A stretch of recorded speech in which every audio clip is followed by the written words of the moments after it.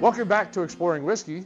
Tonight we are going to do our February cocktail eau de month, and we've got a lot of things lined up here. Mm-hmm. What kind of crazy concoction you got this month? We've got the You'd Better Second Line. That's what it's called. Better second line? You'd Better Second Line. It'll make more sense when I explain Okay, it. So. I was going to say there's got to be a story behind that. It kind of has, it's not a New Orleans cocktail, but it is a cocktail that was created by someone's love of New Orleans. We're heading into, Mardi Gras season, Fat Tuesday. That's right. And yeah. I figured, I love tiki cocktails. It makes me think of the warmer weather, even though it's cold outside. Yeah, I was going to say, this is I could see some of the ingredients here that make me think like, this is probably more of a early summer drink. You can perfect your craft before the summer rolls around, right? Yes, yes. All right. And so we got some stuff in here. I don't think we've done one with have we put an With Islay? a smoked flat.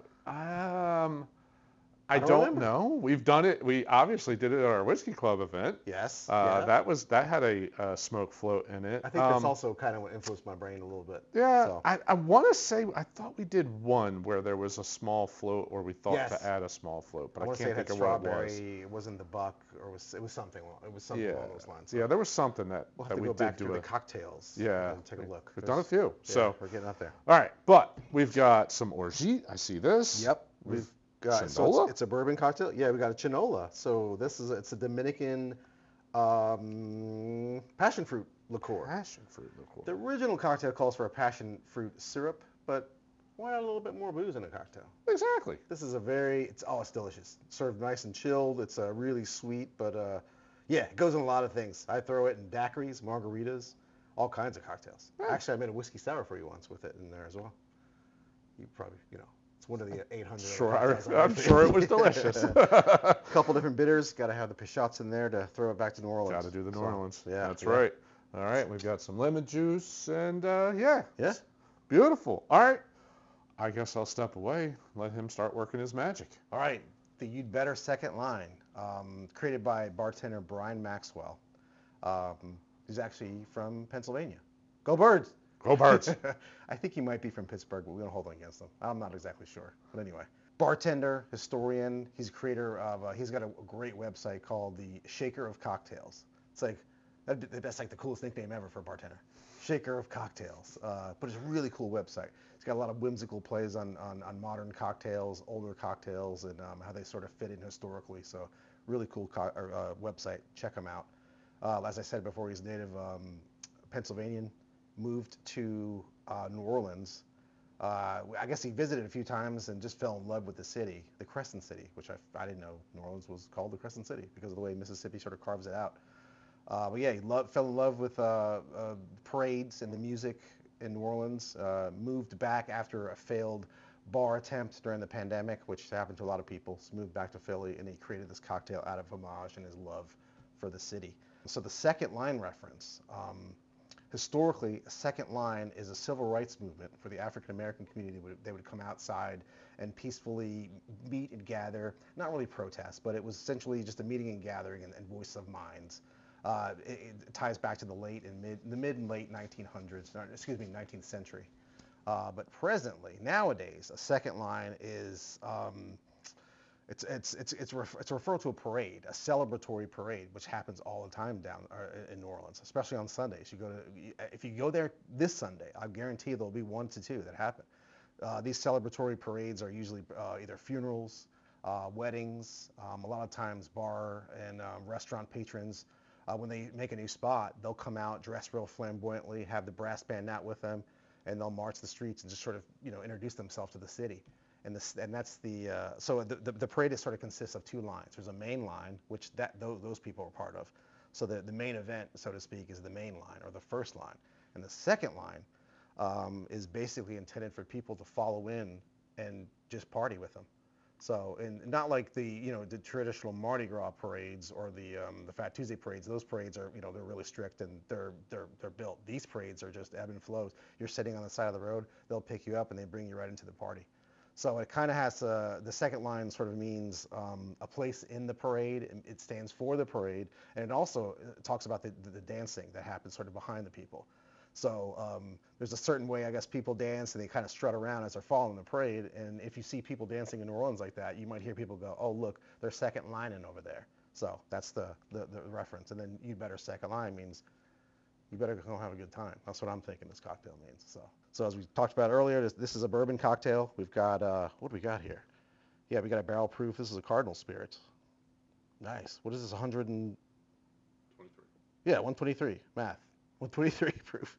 So original recipe, we're going to go with original recipe this time because there's another half ounce of a scotch in here. So 1.5 ounces of your bourbon, half ounce of your scotch, 7.5, 7.5, a couple dashes of Peychaud, couple dashes of Angostura, and 0.75 of freshly squeezed lemon juice. This is a shaken cocktail. Get your shaker ready. Double strain. This is going to be served neat in a coupe, which you should have chilling in your fridge or freezer, which we do. Of course, Hawthorne strainer and your jigger. All right, so let's build this bad boy. We're going to do 1.5 ounces of your bourbon.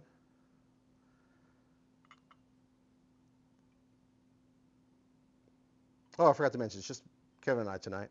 So I'm going to go ahead and build 2 cocktails in one. So 3 ounces.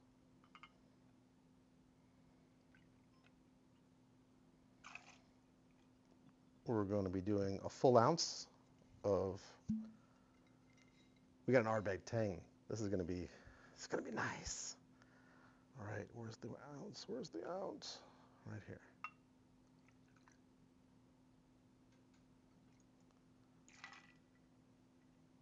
I'm excited about this one in there. I think this is going to be fantastic. So 0.75 of your Orgeat, 1.5 ounces if you're doing it for 2. Math. 1.5 ounces of our Chinola passion fruit liqueur. Like I said earlier, you can do it with the passion fruit syrup if you want to make that, or if you find a passion fruit syrup. It's just going to be a little less boozy. We've got 1.5 ounces of our freshly squeezed lemon juice.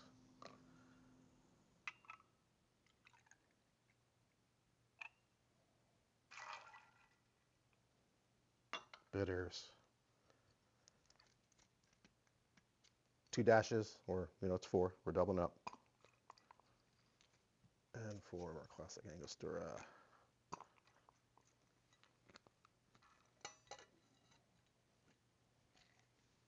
Seal your tin. Seal the tin. Do you don't want this on your ears? Hawthorne julep strainer, anything you want to use, whatever's best for you, whatever you have. Double strain to catch all those little pieces of extra ice. We don't want the extra dilution here. Oh, it's a beautiful color.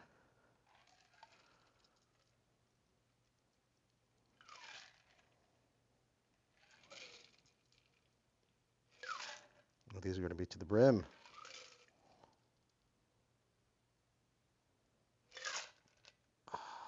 And even the garnish, Brian even put thought into that too. So you're going to garnish with, and I meant to do this live. I meant to at least cut one live, but oops, I forgot. So we've got a little orange decor there, lemon. And the lemon is to symbolize the brass and the bands. Oh, you also want to express some lemon on top as well. So got an extra one for that, so you don't have to. You can use the same one, but it's just going to take longer to squeeze and then cut up. And a flower to represent the floats at Carnival. There you have it. The better second line. That is very pretty. That's very pretty, right? And, right before Valentine's. And, very, very full. You might, yeah. I sometimes make these for my wife. Sometimes I make cocktails at home and I'll go, Nancy, I over poured. You got to come and get it. And she'll come over and sip it out of the top. Yeah, that's what I'm going to be doing right now. You might have to do that to one of them. You don't want to waste any booze, right? Or, just, actually, this is the first I've ever made this, so I might have taken a little bit out and. Oh, that's. Is it weird? It's Balanced? weird. The smoke it's really good. The fruitiness with the smoke is just like charred fruits coming through. Oh, yeah. that I wasn't, I don't know, for some reason, even though I knew it had the Ardbeg in it, like I didn't have that thought in my brain of how sweet and smoky it was going to be. Very It totally, like drooly. It totally tastes like a smoked fruit. It's Yeah, a fruit that's just been sitting on a charred smoker. it. Oh man. That is, I don't know. I don't know why I didn't have that in my brain as what this would taste like, but this is one of the first cocktails I've ever not made beforehand. This was straight. Yeah, I found this one today. I was like, this is a cool story. Sounds interesting and inviting. So the second sip, the smoke isn't as apparent. No. Now the fruit is all there. Yeah. I got some bitters came through. The Orgeat is probably the thing that I'm not getting the most of. Yeah. Like, I don't get a lot of almond notes in this. Mm-mm. There's sweetness, but that is coming through. The passion fruit's really nice in this. Yeah. A little bit of smokiness, a little bit of proof.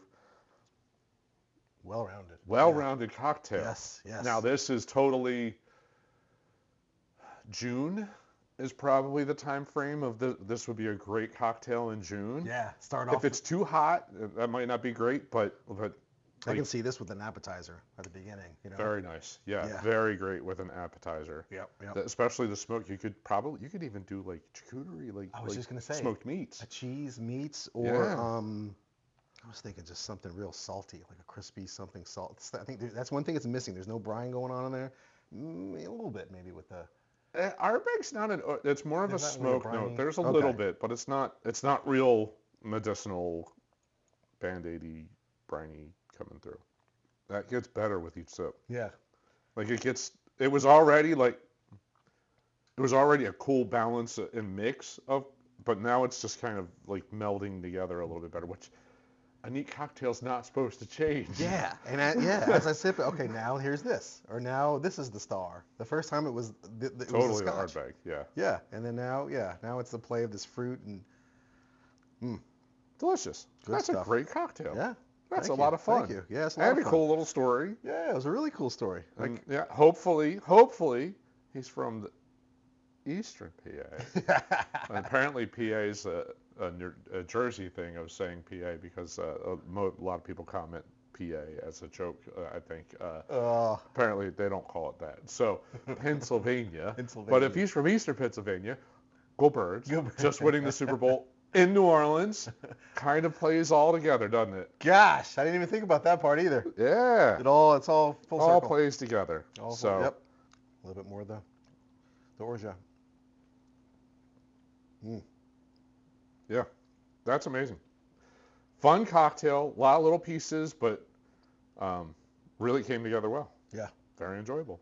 You don't have to do the flour. Do whatever you want. Put a little twirl. I think the lemon does need to be expressed over the top. That's really important. Okay. But you do you. Yeah.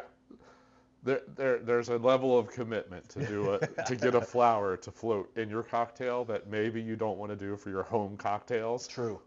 But the expression of lemon is part of the cocktail. Yep. Like that you need that oil. It really does add something doing the expression over a cocktail. So for sure. That you need, the flower, probably not. So. Yeah. And also look up edible flowers, maybe before you throw a flower from your garden or your house. You don't want something that's going to ultimately make you sick the next day. I have a Christmas cactus at home that I have used in a cocktail before, just a petal on the side of the glass. And I looked that up today because my Christmas cactus is blooming still. Not edible. Not supposed to ingest those, so. Okay. Well, I didn't want to kill us tonight, so. Thanks for that. Which way to get out of work tomorrow? Hey, I had a flower. Didn't go so well. Hope you like it. Give it a shot, especially if you liked more of a tiki, more of a fruity style cocktail. But man, that Isla did great stuff. It plays in there really, really well. Yeah. It really does. That is something that I think a lot of cocktails could use. If you just want to, take a cocktail you really enjoy, add a half ounce of a smoky scotch. You don't even need to go a full half ounce. Yeah. You can just put like a couple drops of it, and it will add a little bit of a smoke note that could really enhance the whole experience. So, big recommendation. Just like food, yeah. You can balance things out. Maybe even a little bit of saline in there, a little bit of salt. Well, that can happens. Make some things pop as well. I could do too. Hope you enjoyed this. We put out content like this a couple times a week or something along those lines. We have cocktails, we do whiskey reviews, we do blind tastings, a little bit of everything as long as it involves whiskey. Yes. So, if you enjoy that, give us a big thumbs up. If you're looking to have content come to you, you can subscribe. You hit the little bell icon. You get notified when new episodes come out. Any cocktail suggestions? Throw them at us. Yeah, I'll make them. We'll try them. absolutely. Would love to hear from you. Would love a good cocktail with a good story. We always like adding the little nuance of the story behind the cocktail as well. Yeah. Sometimes just a good cocktail works too. Yeah, for sure. All right. Well, thanks very much for watching. See you on the next episode. Cheers. Cheers. Go Birds. Go Birds.